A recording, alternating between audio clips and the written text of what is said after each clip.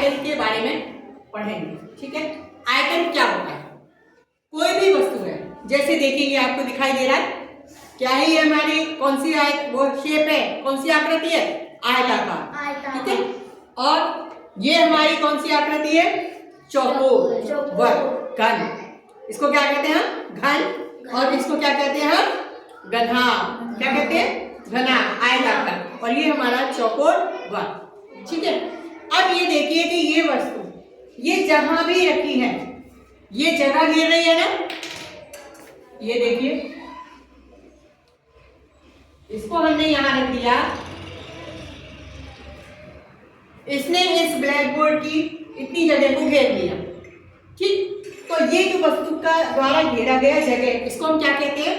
आयतन। यानी कि किसी भी वस्तु के द्वारा, चाहे घन हो, घनाभ हो, या जैसे पेन है, कोई भी वस्तु है, जब वस्तु के द्वारा जो स्थान घेरा जाता है, घेरे गए स्थान को वस्तुओं का आयतन कहते हैं। ठीक है, आयतन में हमारी क्या क्या चीजें होती हैं? देखिए, ये इसकी क्या है? लंबाई। और ये इसकी क्या है? ऊंचाई।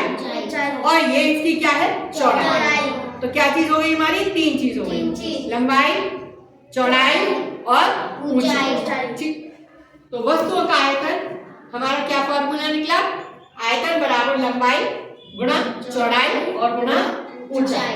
ये है हमारा घन और ये है हमारा आयतन। ठीक है, घन में क्या होता है? लंबाई, चौड़ाई और ऊंचाई तीनों बराबर होती है, क्योंकि किसी भी चौकोर की घन की जो भुजा होती है वो बराबर होती है, उसी को हम घन कहते हैं। और घनाभ में क्या होता है? सामने आमने की लंबाई तो बराबर होती है, लेकिन चौड़ाई भी अलग होगी और ऊंचाई भी अलग हो सकती है। ठीक है, अब हम इस पर आधारित एक सवाल करेंगे। मान लीजिए हमारे किसी भी घनाभ की जो लंबाई है वो है 20 सेंटीमीटर।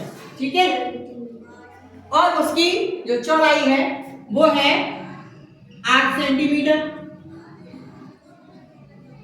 और उसकी जो ऊंचाई है वो हमारी क्या है? मान लीजिए 6। ठीक है, अब हमें इसका फॉर्मूले से हमें इसका आयतन निकालना है इस वस्तु का। तो हम आयतन कैसे निकालेंगे? आयतन का फॉर्मूला क्या होता है हमारा? आयतन बराबर लंबाई कितनी है? 20 सेंटीमीटर, चौड़ाई कितनी है? 8 सेंटीमीटर, ऊंचाई कितनी है? 6 सेंटीमीटर। हम इन सब का गुणा करेंगे और आंसर निकालेंगे। ठीक है, कैसे निकालेंगे? 8 से 48 और 48 में 2 का गुणा करेंगे, यानी 20 का। 48 में हम जब 20 का गुणा करेंगे तो 0 0 2 8 16 का 6, यहाँ से 1 2 4 8 और 1 9, यानी कि 960।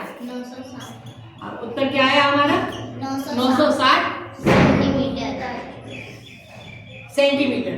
यानी कि इस वस्तु ने जो इस बोर्ड पर जगह घेरी वो कितनी जगह घेरी? 960 सेंटीमीटर। ठीक है, इसी के बाद देखिए, अब हम अगर आयतन निकालें,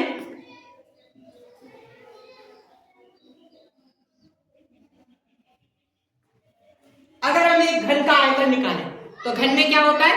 तीनों भुजाएं बराबर होती हैं। अगर ये लंबाई हमारी 8 है तो चौड़ाई भी हमारी 8 होगी। ठीक है, और चौड़ाई भी 8 है तो ऊंचाई भी हमारी इसकी 8 ही होगी। तो हम फॉर्मूले में कैसे लिखेंगे? घन का आयतन लिखेंगे। ये हमारा पहला वाला क्या था? घनाभ का आयतन, और अब हम लिखेंगे घन का आयतन। क्या फॉर्मूला हुआ? लंबाई गुणा चौड़ाई गुणा ऊंचाई, भुजा गुणा भुजा गुणा भुजा।